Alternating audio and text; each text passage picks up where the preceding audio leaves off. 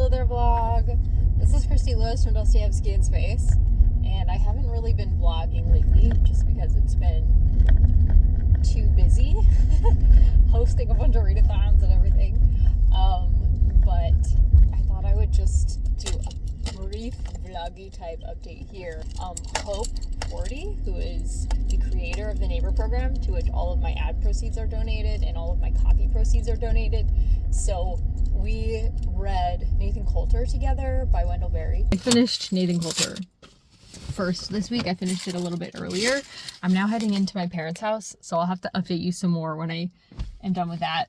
We're gonna probably watch, there's a Republican debate on tonight, and that's probably what we're gonna watch. We were gonna watch The Never-Ending Story, but then my dad was like, there's a debate on tonight, you want to watch it? I was like, sure. We try to watch all the debates, not just Republican, we try to watch them all, so excited. Obviously there aren't any Democratic debates at the moment, but do you guys have like Democratic podcasts that you would recommend to me? Because just watching the Young Turks, and I don't know, is that what you guys would consider liberal? I don't know. I'm looking for some Democratic input because everybody I know around here is Republican, so it's really easy for me to get Republican input, but I want to make sure I'm getting balanced perspectives. So let me know what you guys think, if you have any recommendations. I've been listening to a lot of stuff lately about politics and stuff because of the situation in Israel and Palestine. You have to see the little turns that are skating out on the water. Can you guys see them? They're so cute. Okay, guys. Last night was so fun. My dad and I had a great time watching the debate and talking about it. For us, it's like, oh, it's like the circus has come to town. There was a show when I first got into politics that everybody was talking about called The Circus, and I just thought that was the perfect description for what American political campaigns are like. It is an absolute circus. But I actually thought that, I think it was CNBC that moderated the debate, they did such a good job. Like, so much better than the last debate. I think the last debate, was it on Fox and Univision was there? I don't remember exactly. I think it might have been Fox, but that one was terrible. Everybody was just yelling over each other all the time, and anytime somebody was mentioned in the debate, then they got a chance to talk, and it was so petty, and nobody was talking about real issues. But in this one, people were actually talking about real issues. So at least for a conservative base. I understand maybe people who are not conservative Republican primary voters, probably they would be really bored or annoyed or mad about it, watching it. But it was really good to talk about it with my dad because he's sort of balanced. He actually grew up in an atheist Democratic household.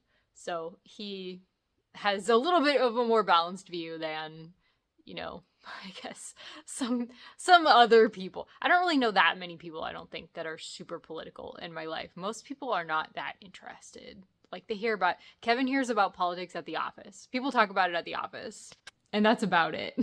So, yeah, neither of us are particularly political, but it is, I mean, it's interesting, and I think it's always something that I have my eye on that I should be, like, paying attention to, but I often just have my head into the sand and I'm not paying attention because it takes a lot of time to really be informed about politics. But I kind of go on binges where I'll just listen to a bunch of podcasts on a topic or something. And so I'm doing that right now. My library, I just realized, this is what I came on to tell you 2 minutes and 30 seconds in. My library gives us free access to the New York Times. And I thought, that's probably a safe place to go for information. But I also last night finished Incidents in the Life of a Slave Girl by Harriet Jacobs, and so powerful, guys. It was so powerful. I just really was amazed by, I think what really made it unique to me was the fact that she was in a free state after escaping, and yet she was still enslaved. She wasn't free, even though when she first arrived at the free state, she was like, does this mean I'm like free now? And she said, sometimes I felt free, but other times people were still arguing about bringing her back home. She was being chased down by her former master. She couldn't live with her children and get a job and just tell her employer. She couldn't get to know her employer because she was afraid to mention that she was an escaped slave, because I forget, there was a fugitive slave law enacted like around the time that shortly after she had got herself to New York. Where was she from? One of the Carolinas, maybe? I can't remember exactly where she was enslaved originally, where she was born. I can't remember. But yeah, it was so powerful and so good. I would definitely recommend Incidents in the Life of a Slave Girl, because she writes with, her experience talks about some of the things that I never would have probably heard of otherwise. And it also kind of puts a face to the things like the fugitive slave law and how it affected her specifically. I'm not going to forget now that, I mean, I need to like actually go look up what the law exactly was called and when it was enacted and where she came from. But having a name really helps me remember the things that were happening. So, and one of the things she really wanted to document was the fact that at the end of the 19th century, in America, in a free state, she was still being chased down and could easily have been extradited back to her master and enslaved again. And her children as well would have been, in trouble. So her children were so young. They were like 5 and something like that. So they were really like 5 and 7, or I don't know. That's not quite right. 7 was the youngest. So the older one was a little bit older than that. I don't remember how old, but yeah, it was like, it was just heartbreaking. Her struggle to get control of her children so that they could live with her. They were begging her, "Can we live with you, please?" And she was like, "I don't know, because I don't have any money and I'm being chased and people are betraying me and now I have to run again." You know, it's like, it was terrible. It was terrible, but it was really like, I definitely would recommend it if you want to learn more about what it was like for slaves. I learned a lot through it. And she's a fantastic writer. Making pancakes and watching the race. No, it doesn't. It's my purpose. It's none of your business. You guys can report it all you want. I'm not trying to converse with you. You said, "What are you doing? What's the purpose of your picture? What's this? What?" You're the one yelling and freaking out. This lady's. Remember, yes, you are. You don't need to yell and scream at public members that you work for. You work for me. I don't work for you. Stop yelling.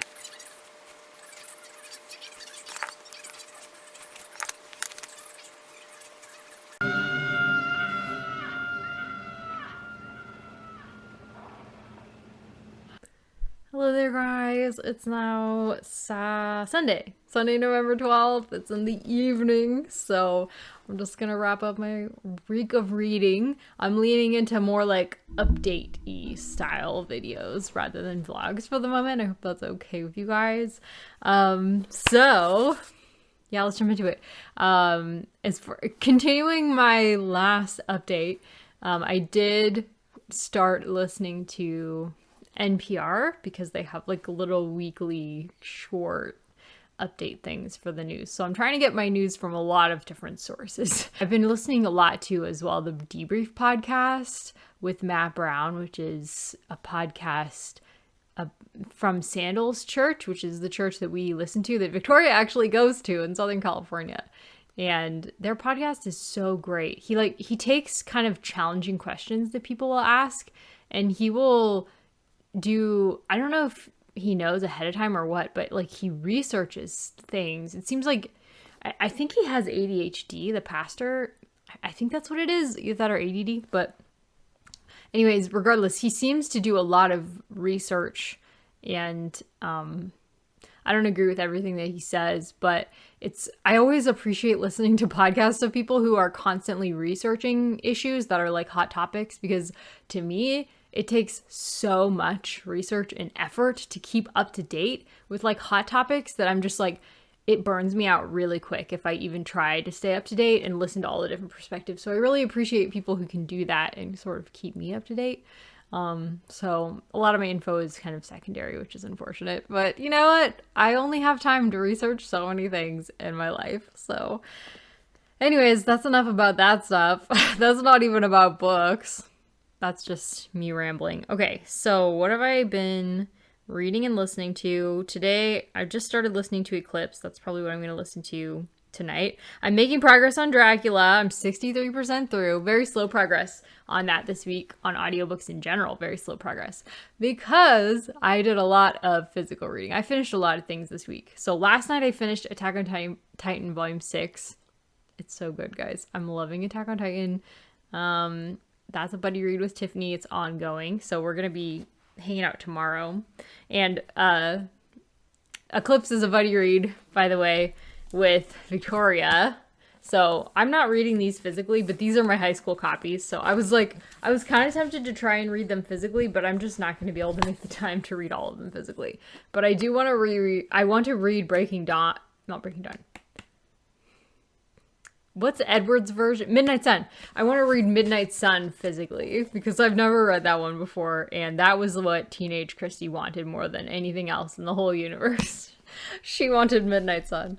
So, and I've stalled in the Neverending Story. This is another one that I'm buddy reading with Victoria, and she's still making progress, but she's crawling through it. So I'm kind of waiting to see if she ends up because we're both in the exact same place. We're both halfway through. I'm kind of waiting to see what she thinks on the other side of it. At this point in the book, the movie is totally over. Everything that held the movie together is already finished. So we're just like, why is half the book still here? Like, it feels like it should have ended. So I'm excited to see what she thinks. And if she really likes it, then I'll probably prioritize it a little bit more. At the moment, I'm just not really enjoying it that much. I can't just listen to it, which is why the reason why I'm making progress with Dracula and not with the Neverending Story is because Dracula is so listenable and just, oh my gosh, Dracula is so good, guys. It's basically about a group of people who've been impacted by vampires and they're hunting some vampires, and there's even a female vampire in it, which I did not expect going in. Everybody talks about Carmilla like it's it's like the only female classic vampire story, and it's not. Dracula is named after a male vampire, but we spend a lot of time with a female vampire too. So, and people who say there's not enough vampires in Dracula, I don't know what they're talking about. There's lots of vampires in Dracula. So I don't know. I'm loving Dracula. It is exactly my cup of tea. I am just obsessed. I love it so much. This I really enjoy when I read it physically, but I'm just not really reading fantasy physically that much anymore. Because I just want to enjoy it on audio. It's just for fun. You know, it's not something that I need to have eyes on the page, that I need to remember. It's not like something I'm researching where I'm like, yeah, I want to remember this, so I want to reread it. I want to read it with my eyes. And I realized that is completely hypocritical to say 2 seconds after I said I was going to read Midnight Sun physically, but we're just going with the mood here. We're just going with it. Okay, so what actual books do I want to talk about today? How about 10 minutes in, I start talking about books? So I started Poor Folk for Writing Project Gutenberg. I love it already. I love it. I'm only a couple letters in. It's a epistolary. I keep forgetting that word. That's so hard to remember for some reason. It's an epistolary novel, and the first letter is so funny. Both Tiffany and I thought it was really funny. We were reading it on our Rating Project Gutenberg sprints, which were really fun. I hope you guys will check that out over on Stephanie's channel. And yeah, I love it. I love it. Every time I read him, I remember why he's my favorite. He's so funny. So I can't wait to get further in that. I took a break to finish Attack on Titan Volume 6. So his characters are just so funny and endearing to me. So, and I'm excited to read it because it's his debut novel and it really kicked off his career. Like, it made him instantly famous in St. Petersburg. And people just loved it. And it's part of like the social realism sort of school. So yeah, I'm excited to continue that. Next, we have Spare by Prince Edward. Is he still called Prince Edward? I think so. I don't know. I know literally nothing about the royal family. Literally nothing. I'm not like saying I wouldn't want to. Yes, Prince Harry. I'm not saying I wouldn't want to know about the royal family. I'm just, I guess, haven't ever researched them like at all. So this is Victoria's book club pick for this month, her Patreon book club. And Sarah, I think her channel is Sterling Reads. Is that right? No. I'm sorry, Sarah. I can't remember your channel name. But regardless, I know she started making videos not too long ago again after a break. So I need to check that out. She's the one who, this was her choice. And she does not like Prince Harry. So I am like, oh, okay, let's read a whole book about him then. Yeah, let's check that out. I'm really excited though, actually, to learn about, I was curious about this. I'm curious why Sarah doesn't like him. I'm curious why Jenny ended up cringing her way through it, and then on the other side of it being like, you know what, that wasn't so bad. I like it now. I like him now. So I'm really just curious what all the fuss is about with Prince Harry. So far, it's definitely been cringy. 60% in. I know I'm not far in. He calls his mother Mummy. Like, all the time he's talking about Mummy. He was 12, I think, when Princess Diana died. But it's just really weird to hear that coming from... He narrates it, by the way. Like, in his voice. His voice is lovely. I love him as a narrator, but it's weird how often he has said mummy so far in the first 6%. It's like, how old are you now? That's just weird. You can't say like mother or my mom. It has to be mummy. It's just weird. It feels like weirdly intimate to be listening to him describe his life story. And he's been talking about how he feels so misunderstood by his family and how he's not allowed to cry. It's interesting and weird. I think it's gonna be a rough read for me. I don't know if I'll finish it, but I am excited to finally learn something about the royal family. I don't know if this is the place to start. It's probably not, but Victoria's book club is just taking me all sorts of places that I would never have gone on my own, and this is one of them. And for December, we're gonna be reading a Christmas historical fiction book. So that'll be interesting too. So yeah, Victoria's book club is definitely taking me out of my comfort zone, but so far it's been a total success. I loved our first, was it 2 books or 3 books? I've loved them so far, and I'm excited to continue. So, what else have I been reading? Not that much. Yeah, I finished a Goosebumps book with Kevin, but I'm not going to talk about that a lot here because we don't really need to talk about that, do we? Welcome to Horrorland. It was fun. We're listening to another 2 now because we have lots of driving to do. This weekend we had to drive 3 hours on 2 different days. So it was like, oh, okay, there's a lot of our day, and we had to like do things in like it's an hour and a half drive there where we were going, and then an hour and a half drive back, and we had to do it 2 days in a row. So that was a lot, and we were out most of the day, both days. So we did get some audiobook time in, and we talked a lot, which was fun. So Dracula, absolutely delicious. That was the comment I'd written down for Dracula. It's absolutely delicious. I don't know. Okay. What else did I write it down? Trying to be a responsible citizen. I think that's me trying to get informed about politics. I'm trying to be a responsible citizen. I'm just looking at my notes. Vacation planning. Did I tell you guys this? I don't think that I had, because last weekend when I filmed, we hadn't decided yet, but we are going to the Dominican Republic. I can't believe it. I haven't edited my vlog yet from the football game. I need to do that, but I can't believe we're finally going. We're going to the Dominican Republic because we can afford an all-inclusive resort there where I can just lay in the sun in a lounge chair all day if I want, and I don't have to stress my body out.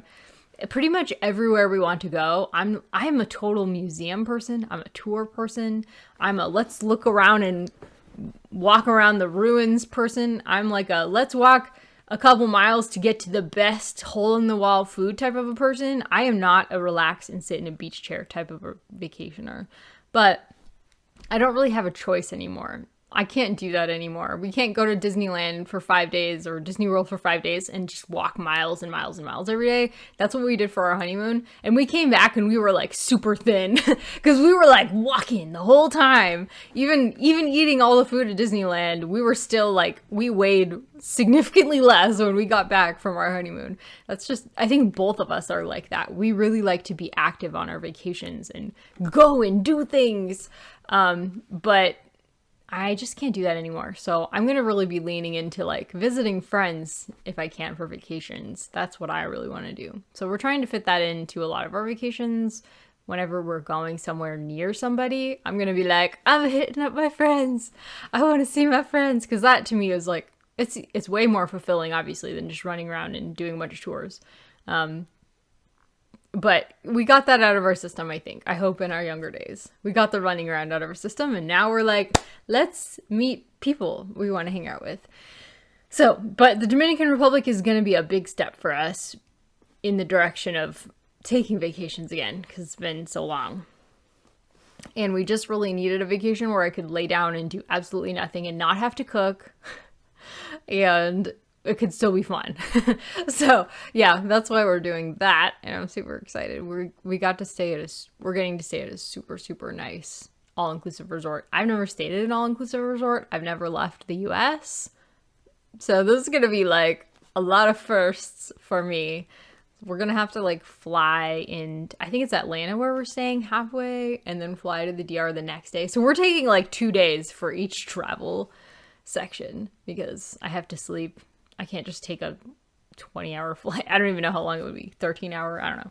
Anyways, that's what's happening with that. And I had to tell you guys because you're all my buddies. So, Heaven by Joni Eareckson Tada. Yes. Okay. This is the one I've been really reading a lot the last couple nights. At least 2 nights I've really focused on this one. So this is a book about heaven.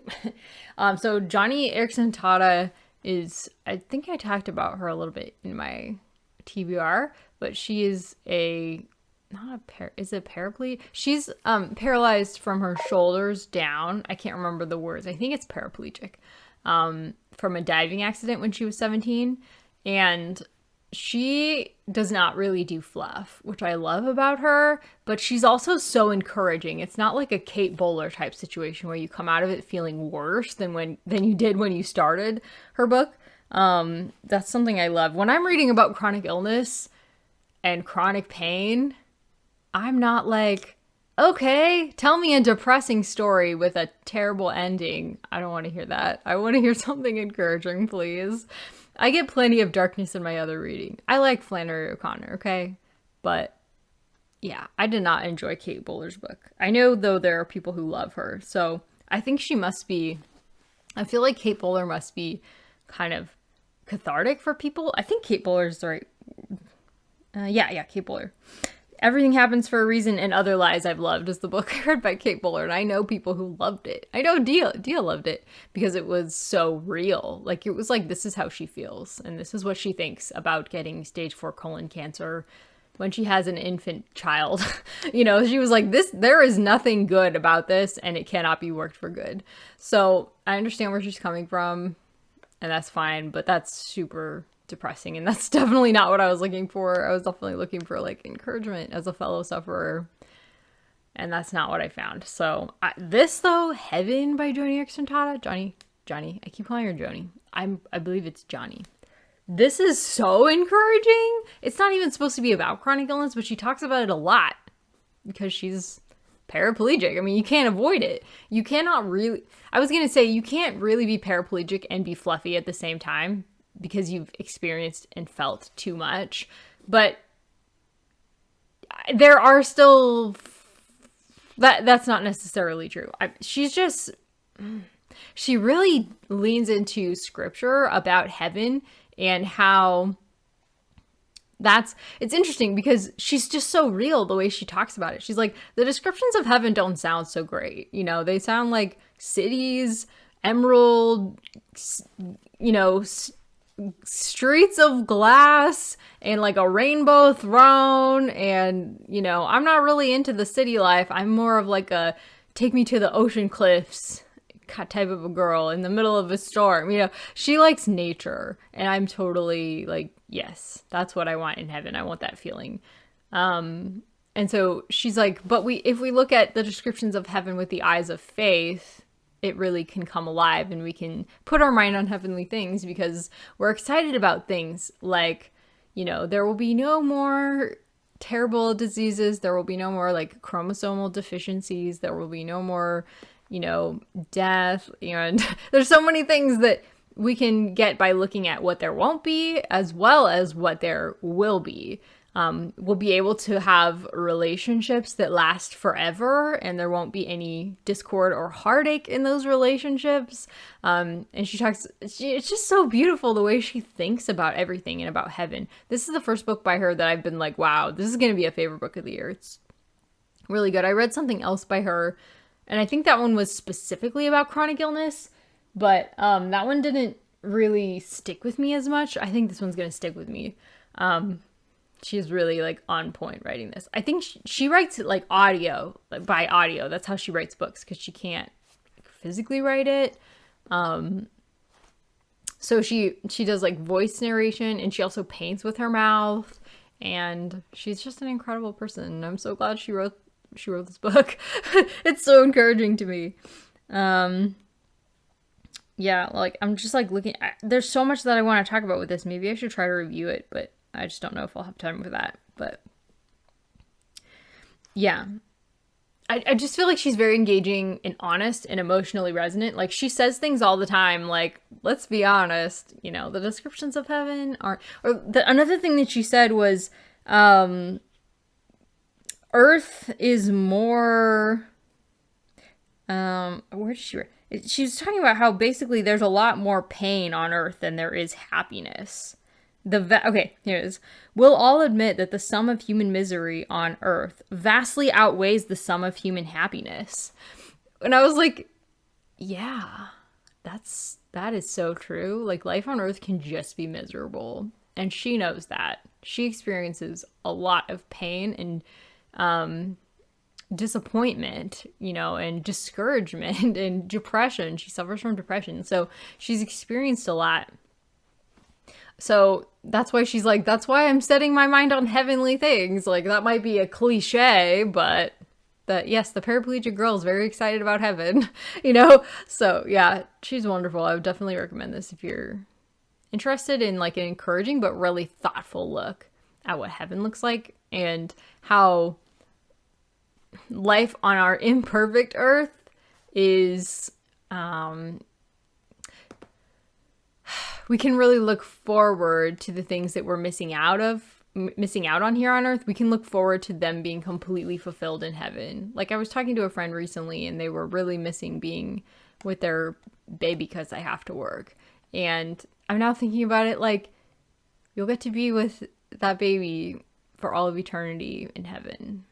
And then you won't have to miss them as much because you won't have to work anymore to support them. So just so many encouraging things to think about because of this book. I really love it. Okay. DNFing time. DNFing time. I am just officially just going to DNF Moby Dick. Unfortunately, I got 40% through. It's just not for me, guys. I'm just gonna put it down.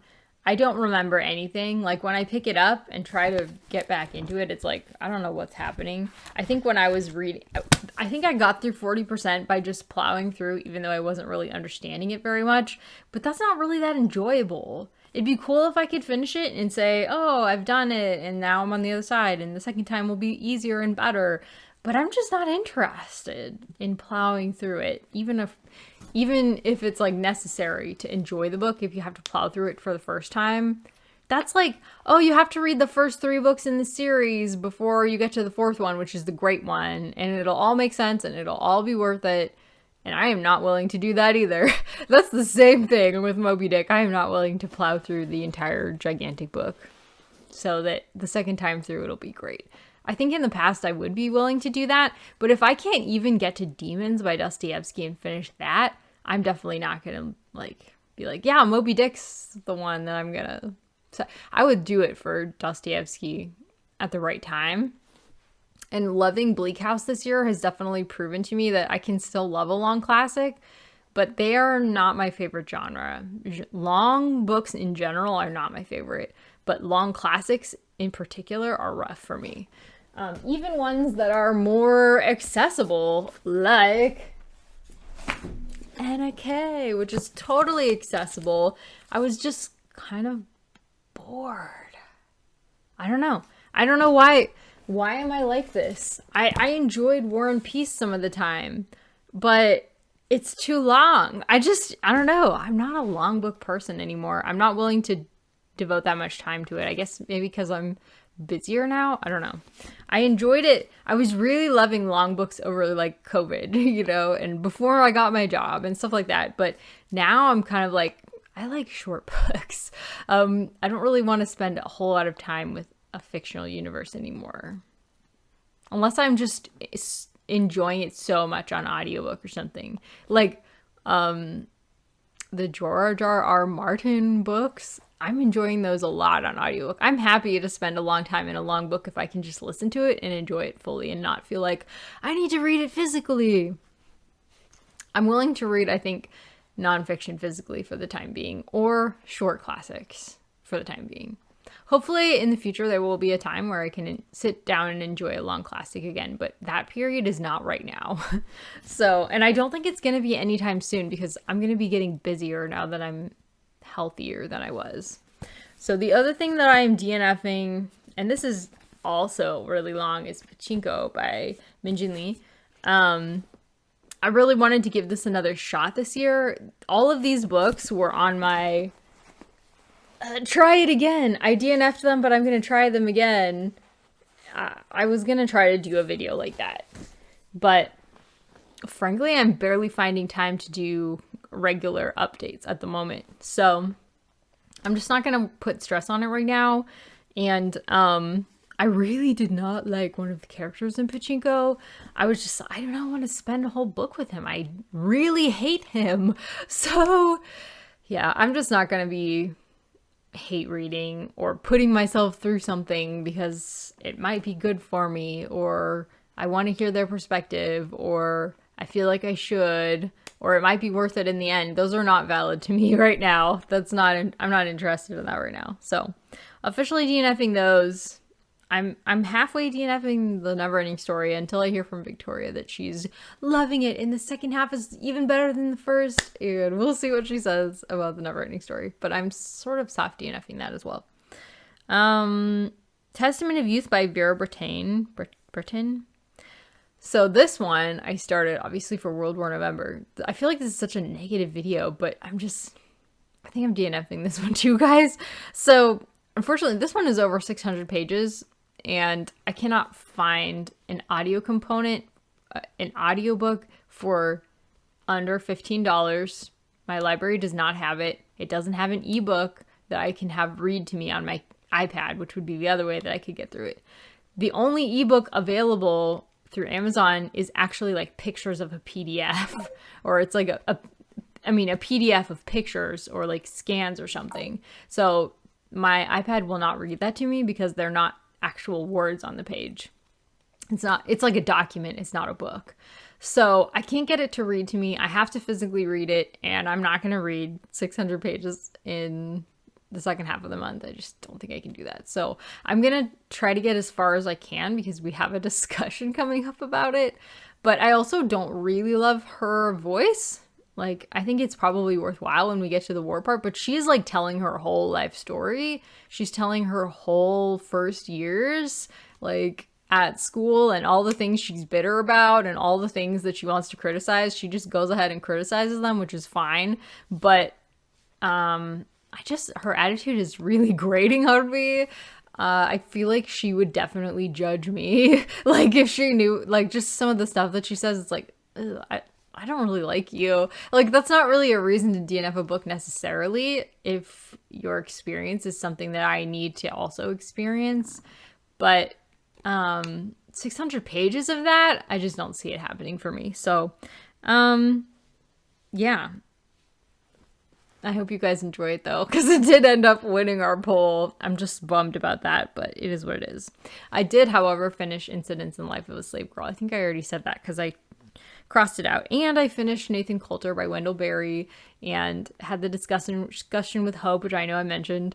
But I wanted to say I didn't expect Nathan Coulter, the titular character, to be a child. So this is actually a book about Nathan as a child and his growth, and it tracks his youth as a country boy as he grows up with his brother and his father and grandfather and uncle. And the women are just sort of like they're just off there somewhere on their own. But this, I think it's the second book in the series that's Hannah Coulter, and it's about Nathan's wife. And I believe it picks up where this book, Nathan Coulter, left off. And I've heard that one is really, it's really startling how well he writes Hannah and female characters in that book, I guess. So, and also about grief. He talks a lot about grief. So Hope said that one it's like one of her favorite books right now. Like, she doesn't read as much because she's super busy. She has her own, charity that she runs, Hope 40, the founder of the Neighbor program.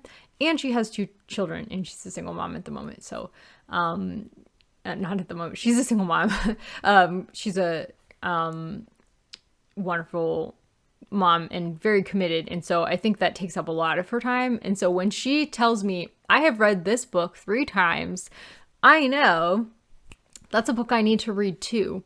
So Hannah Coulter, she's read 3 times.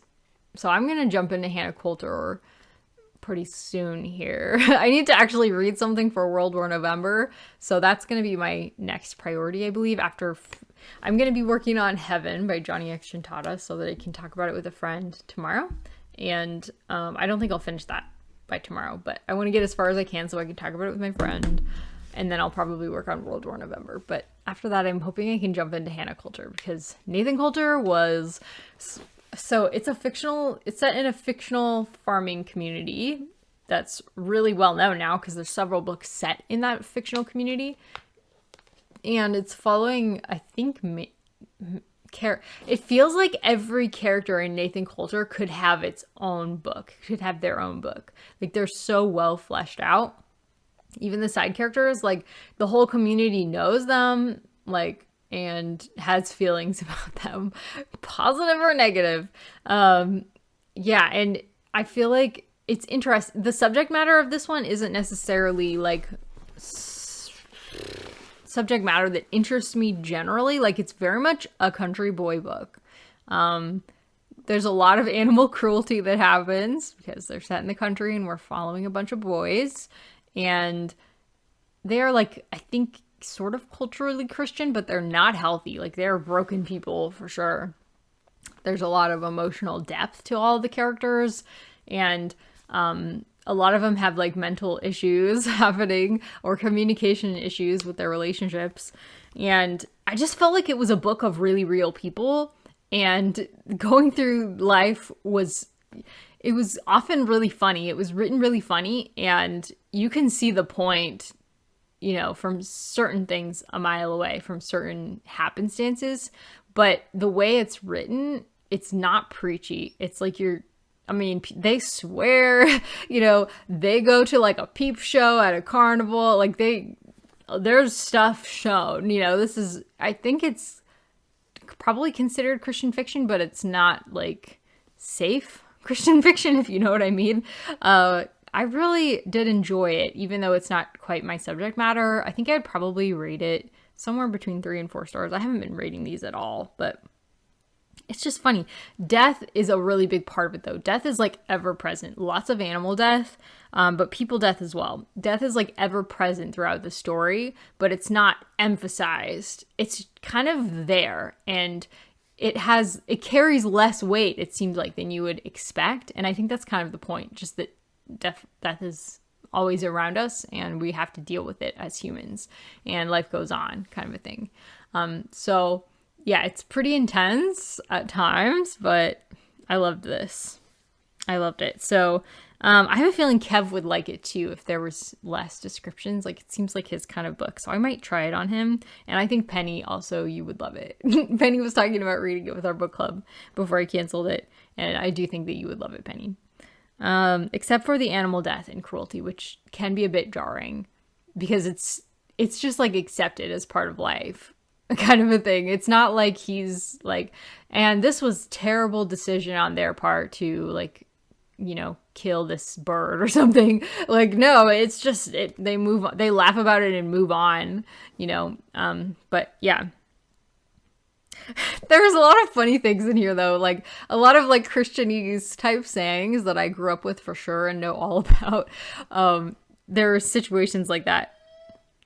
My food's done. I have to go get it, or Kev's gonna keep screaming, but I need to finish this. So, but there was a quote, you oughtn't to cuss. It makes Jesus sad. You know, there's a lot of like really just like snort-worthy moments happening in the book like that one. I loved that. So yeah, I loved this. I'm definitely going to continue with it. And that's mainly what I finished. So yeah, I will talk to you guys again next week. I don't know exactly yet what I'm going to be... Oh, All Quiet on the Western Front is definitely going to be a priority. I really want to also make progress on the aquariums of Pyongyang. And I think that's going to be my focus in addition to Heaven. Hopefully I'll also finish Dracula pretty quickly here. But it might be... Can you hear Kevin? He's saying, I want to start Meg. Like, I have a lot of plans, but we'll see how it goes. Alrighty, guys. That's it. Thanks so much for watching. Let me know your thoughts down below, and I'll talk to you next week. Bye!